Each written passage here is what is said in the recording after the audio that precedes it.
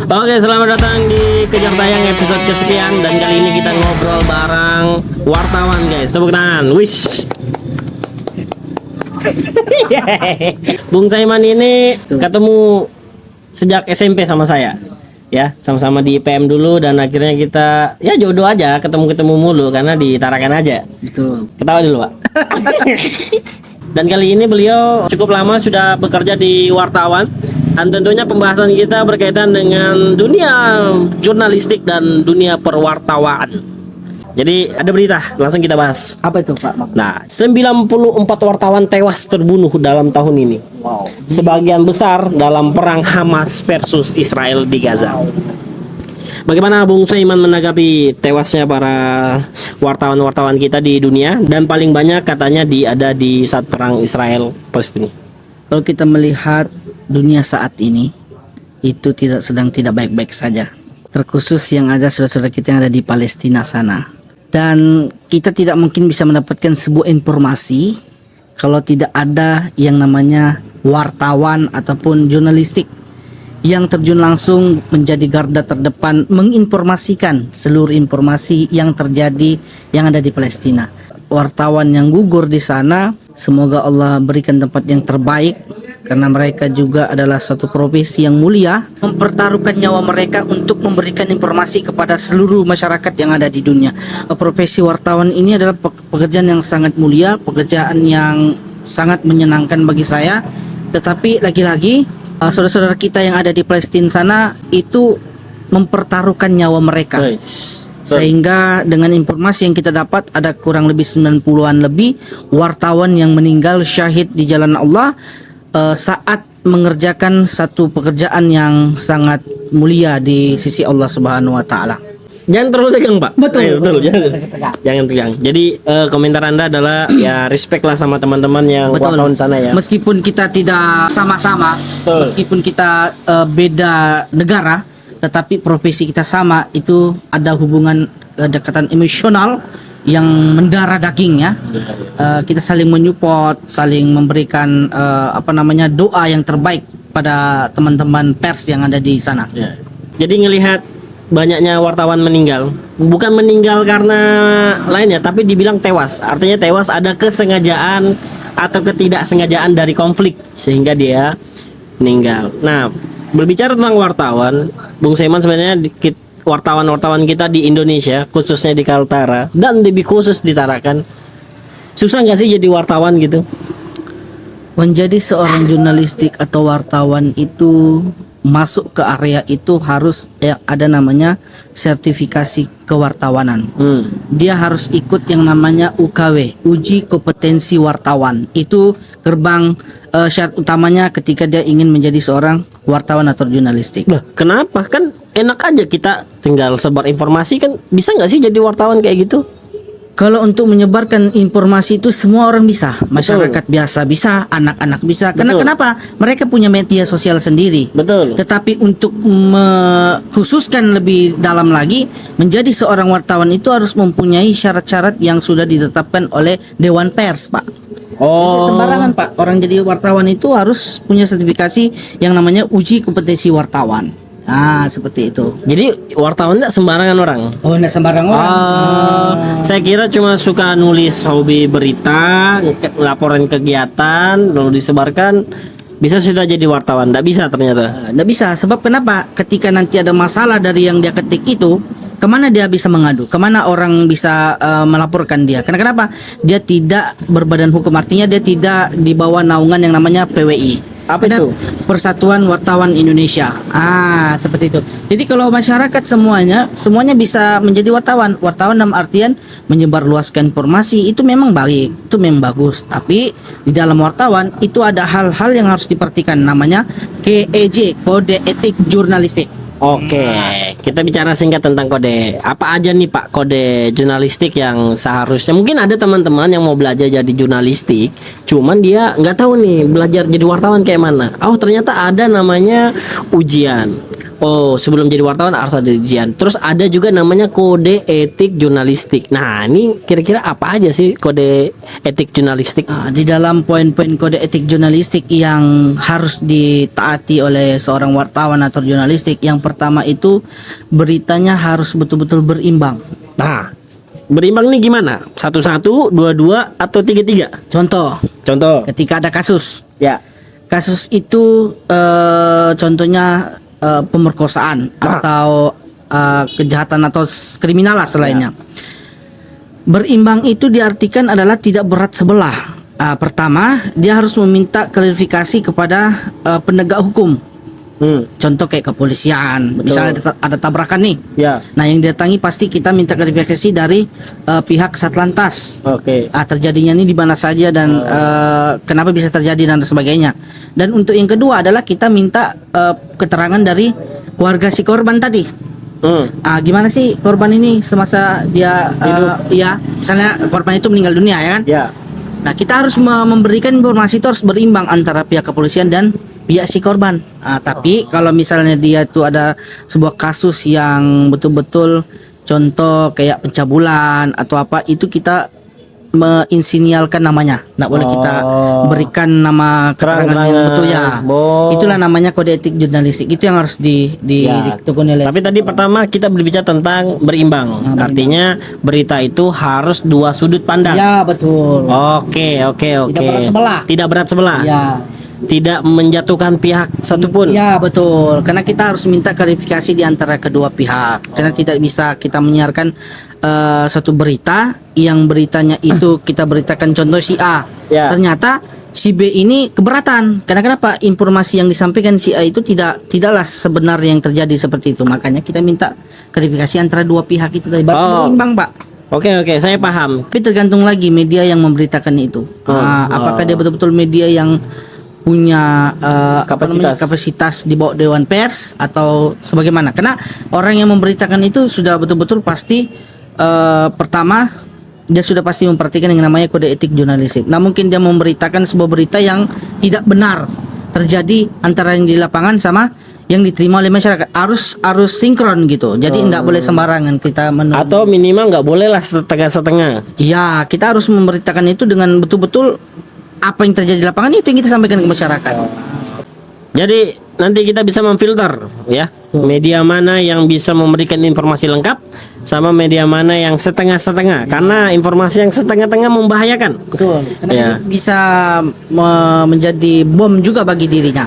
Karena kenapa? Dia menyampaikan informasi itu tidak betul-betul langsung kepada masyarakat dengan berita yang akurat, terpercaya, dan tentunya bisa dapat diterima oleh masyarakat banyak seperti itu. Oke, menarik sekali. Lalu kode etik selanjutnya apa itu, Pak, yang harus dipelajari? Kode etik jurnalistik selanjutnya itu menjadi seorang wartawan itu betul-betul memperhatikan yang namanya penyebutan nama atau jabatan seseorang ketika dia ingin meliput.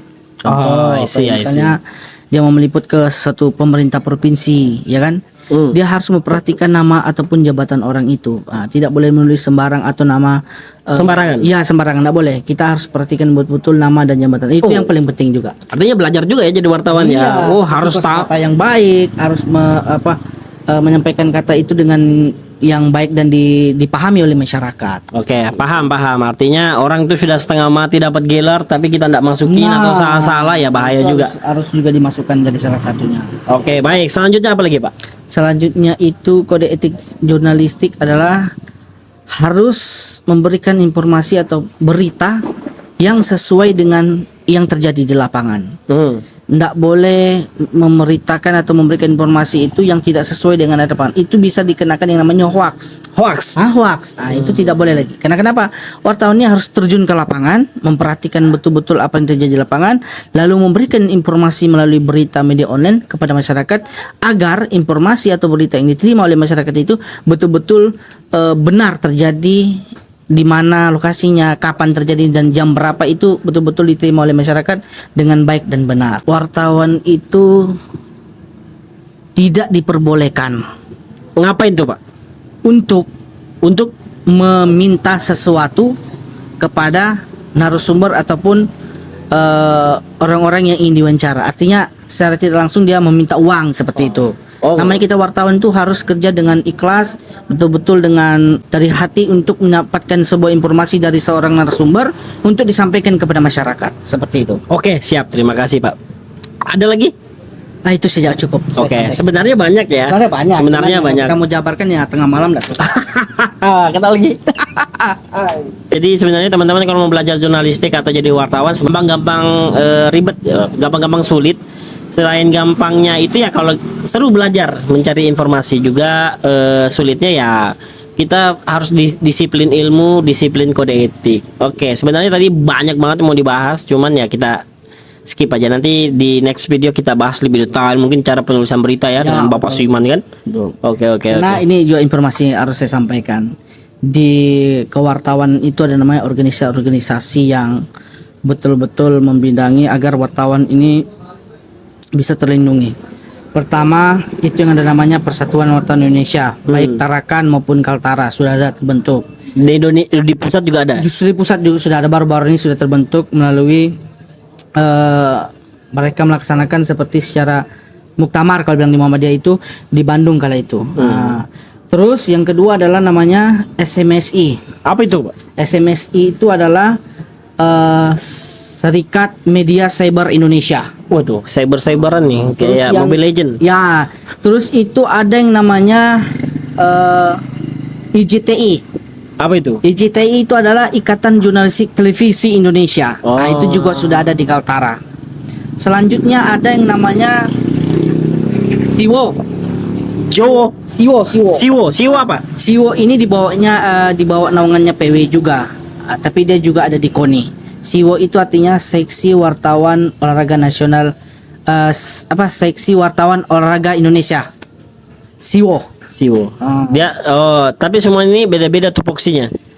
Sebenarnya sama, ingin menyampaikan dan mendapatkan sebuah informasi untuk disampaikan kepada masyarakat, tapi di bidang masing-masing. Contoh kayak Siwo itu kan dia fokus wartawan olahraga. Oh, khusus olahraga. Tapi kalau di PW itu dia umum. umum semuanya. Semua. Kalau SMSI itu seperti organisasi serikat sebetulnya Cyber Indonesia, tapi tetap juga masuk di dalam organisasi kewartawan itu, tapi dia beda sendiri SMSI. Kalau IJTI IJTI itu adalah Ikatan Jurnalistik Televisi Indonesia, khusus wartawan televisi.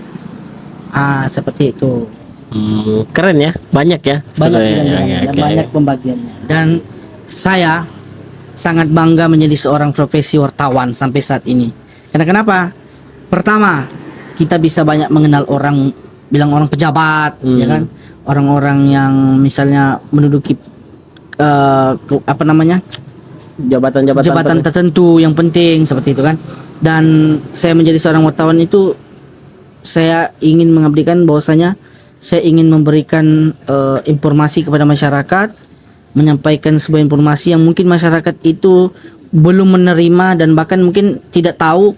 Karena saya ada di sebuah media dan menjadi seorang wartawan, saya ingin memberikan informasi itu kepada masyarakat seperti itu.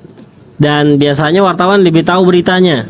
Ya, Itu seperti seru. itu. Ya, itu lebih seru. Karena kenapa? Dia sudah mendapatkan sepertinya A1, artinya informasi penting itu dia sudah dapat dan ingin dia buat dalam sebuah berita, dia sampaikan kepada masyarakat seperti itu. Ih, keren kali ya wartawan ini ya. Nah, tadi enaknya jadi wartawan apa tuh, Pak Suiman? Kalau bagi saya menjadi seorang wartawan tidak enaknya itu tidak ada. Memang ya menjadi seorang wartawan itu ada namanya ketika di lapangan dia kehujanan, kepanasan, itulah yang tidak enaknya menjadi seorang. Tapi bagi saya itu adalah sebuah hal yang biasa saja. Tapi menjadi seorang wartawan itu bagi saya adalah keren. Maksudnya bangga bagi saya menjadi seorang wartawan. Duka dan di dalam sebuah menjadi seorang wartawan itu tidak ada. Sukanya banyak. Kenapa? Banyak kenal orang, banyak kenal teman terdekat, teman gitu. Lebih banyak mengunjungi suatu tempat yang mungkin kita tidak bisa mengunjungi tempat itu sebelumnya. Oke, ada privilege jadi wartawan ya. Betul. Seperti saat saya meliput dan saya diutus saat itu menjadi seorang wartawan meliput Pekan Olahraga Nasional di Papua. Itu suatu kebanggaan bagi saya. Kenapa? Di Papua itu saya tidak pernah injak namanya Papua. Tapi karena saya jadi seorang wartawan, akhirnya Papua itu saya injak seperti itu. Maksudnya di akhirnya ke sana. Akhirnya saya ke sana terbang ke sana. Soalnya kalau injak Papua Bukan kan injak maksudnya injak-injak bukan, tapi saya bisa terbang ke Papua, bisa memberikan informasi tentang olahraga se-Indonesia pada saat itu.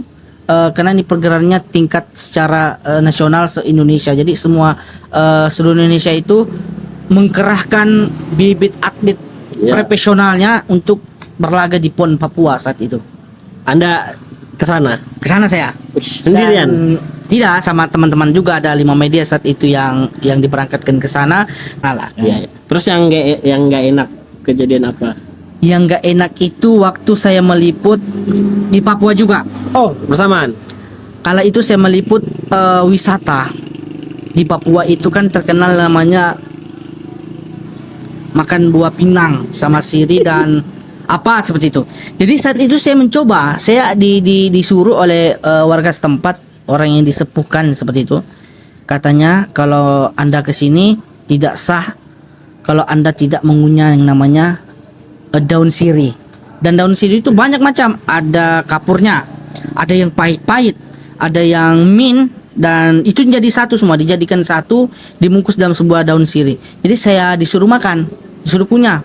Dan saat itu saya muntahkan. Mungkin ya karena saya meliput, saya sembunyikanlah saya punya perasaan tidak enak kalian.